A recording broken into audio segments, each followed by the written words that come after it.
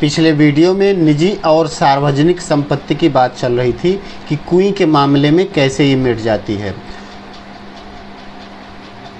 तो हर एक की अपनी अपनी कुएं है, उसे बनाने, उससे पानी लेने का जो हक है वो अपना, जिसकी कुएं है उसका होता है। लेकिन कुएं जिस क्षेत्र में बनती है वह गांव समाज की सार्वजनिक ज़मीन होती है। उस जगह बरसने वाला पानी ही बाद में वर्ष भर नमी की तरह सुरक्षित रहता है और इसी नमी से साल भर कुइयों में पानी भरता है। नमी की मात्रा तो वहाँ हो चुकी वर्षा से तय हो गई है। अब उस क्षेत्र में बनने वाली हर नई कुएं का अर्थ है पहले से तय नमी का बंटवारा।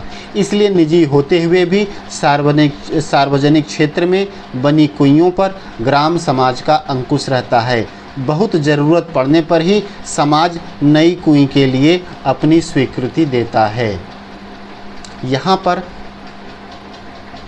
हर परिवार की अपनी अपनी कुएं होती है, लेकिन यह कुएं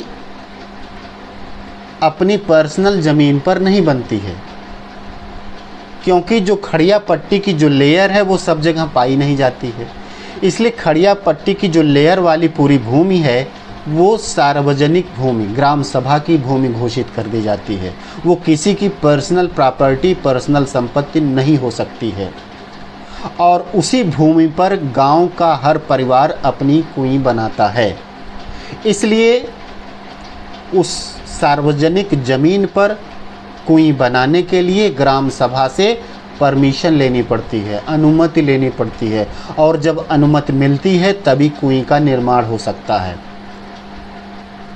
हर कुएं से निकलने वाला पानी उस परिवार का होता है जो कुएं बनवाता है। तो कुएं तो उसकी एक तरह से कुएं के पानी पर, कुएं पर उसका स्वामित्व होता है, लेकिन चूंकि भूमि उसकी नहीं है इसलिए इस पर ग्राम सभा का नियंत्रण बना रहता है। एक तरह से ये पट्टे की भूमि होती है। ये भूमि पर्सनल प्रॉपर्टी नहीं हो सकती जिस भूमि पर कुएं का निर्माण होता है। इसका एक दूसरा भी ये नियम इसलिए बनाया गया है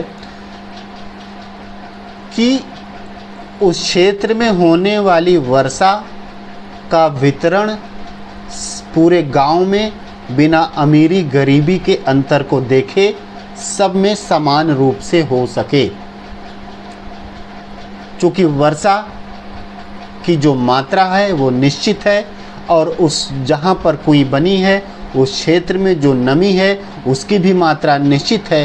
तो ज़्यादा अगर लोग पैसे, ज़्यादा लोग अगर पर्सनल अगर दे दिया जाएगा इनको अनुमति कि कोई कितनी भी कुएं बनवा सकता है, तो जो पैसे वाला बंदा है वो ज़्यादा से ज़्यादा कुइयाँ बनाकर फिर पानी बेचना शुरू कर देगा, बिजनेस शुरू कर देगा।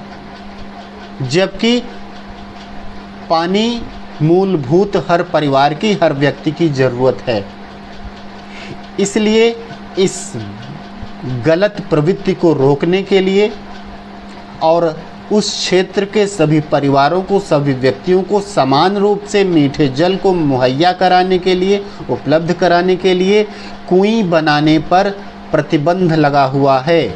और जब तक ग्राम सभा का अनुमति नहीं होगी तब तक कोई कितना भी अमीर व्यक्ति हो वो कुएं नहीं बनवा सकता।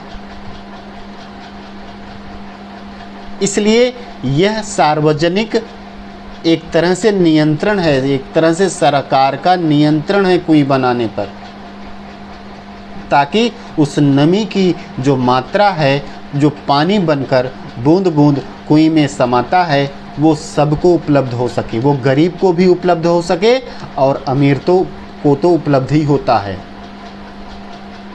इसलिए सरकारी नियंत्रण भी है और उन कुइयों पर उस परिवार का अपना व्यक्तिगत हक भी है। इसलिए यह यहाँ पर निजी और सार्वजनिक संपत्ति का जो भेद है वो पूरी तरह से मिट जाता है।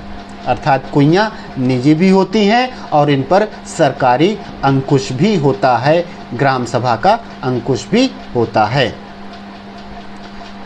हर दिन सोने का अंडा देने वाली मुर्गी की चिर परिचित कहानी को ज़मीन पर उतारती है। यहाँ पर सोने का अंडा देने वाली मुर्गी कहा गया है कुई को, क्योंकि वो एक दिन में 2-4 बाल्टी ही पानी मिलेगा, इससे ज़्यादा नहीं। जैसे सोने की मुर्गी एक दिन में केवल एक ही अंडा देगी, वैसे इस कुई से केवल 2-4 बाल्टी पानी ही मिलेगा, इससे ज़्यादा नहीं मिलेगा। अगले दिन फिर और मिलेगा, फिर अगले दिन और मिलेगा। और सोने का अंडा इसलिए कहा गया है क्योंकि यह मीठा जल इस अभाव से ग्रस्त राजस्थानी समाज के लिए बहुत ही कीमती है, बहुत ही अनमोल है। और चूँकि इतना ही मिलता है, एक निश्चित मात्रा में मिलता है, इसलिए इसे सोने का अंडा देने वाली मुर्गी कुई को कहा गया है। इसलिए प्रायः पूरा गांव गोधूली बेला में कुइयों पर आता है। तब मेला सा लग जाता है। गांव से सटे मैदान में 30-40 कुइयों पर एक साथ घूमती घिरनियों का स्वर गोचर से लौट रहे पशुओं की घंटियों और रंभाने की आवाज़ में समा जाता है।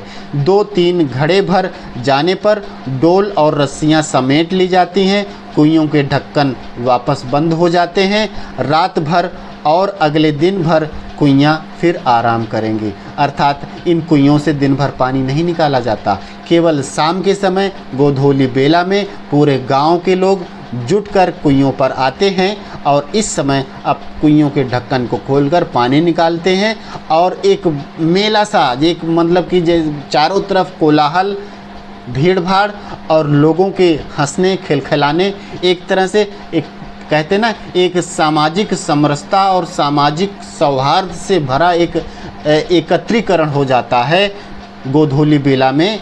इन जहाँ पर 30-40 कुइयाँ बनी हैं और हर कुई पर जिसकी अपनी अपनी कुई है, हर कुई पर अपना पानी निकालता है, अपना कपड़े धोता है, अपना सारा काम करता है दिन भर का, और 2-4 बाल्टी जो पानी निकलता है उसको लेकर फिर कुइयों को बंद करके वापस अपने घर पे चला जाता है, ताकि कुइयाँ रात भर और अगले दिन भर आराम करें। आराम करने का मतलब है बूंद बूंद पानी फिर छनकर अगले दिन की शाम के लिए इसमें इकट्ठा हो जाए।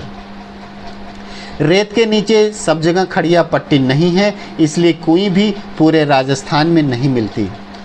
चूरू, बीकानेर, जैसलमेर और बाड़मेर के कई क्षेत्रों में यह पट्टी चलती है और इसी कारण वहाँ गांव-गांव में कुइयाँ ही कुइयाँ हैं। जैसलमेर ज़िले के एक गांव खड़ेरों की ढाणी में तो 120 कुइयाँ थीं।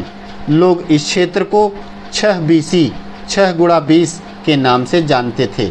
कहीं कहीं पर इन्हें पार भी कहते हैं। जैसलमेर तथा बाड़मेर के कई गांव पार के कारण ही आबाद हैं। पार का मतलब जहां पर कुइयों का एक बड़ा समूह मिलता है। तो जहां पर कुई मिलती है, जहां पर ये मीठा पानी मिलता है, उसके इर्द गिर्द गांव आबाद हो जाते हैं। इसलिए उन गांव के नाम भी पार पर ही हैं, जैसे जानरे आलो पार, सिरगू आलो पार। तो इन कुइयों के जमावड़े और इन कुइयों की संख्या, बड़ी संख्या के आधार पर ये गांव बसे हैं और इसलिए चूँकि इन कुइयों के समूह को पार कहते हैं, इसलिए इन गांवों के नाम के आगे भी पार लगा दिया गया है। अलग अलग जगहों पर खड़िया पट्टी के भी अलग अलग नाम हैं। कहीं यह चारोली है तो कहीं धाधड़ो, धड़धड़ो और कहीं पर बिट्टू रो बल्लियों के नाम से जानी जाती है। तो कहीं इस पट्टी का नाम केवल खड़ी भी है। ये खड़िया पट्टी की जो पत्थर की नीचे पट्टी है, इसके अलग अलग इस क्षेत्र में नाम हैं ये। और इसी खड़ी के बल पर खारे पानी के बीच मीठा पानी देती खड़ी रहती है कुई। इस तरह से यह लेसन ख़त्म होता है।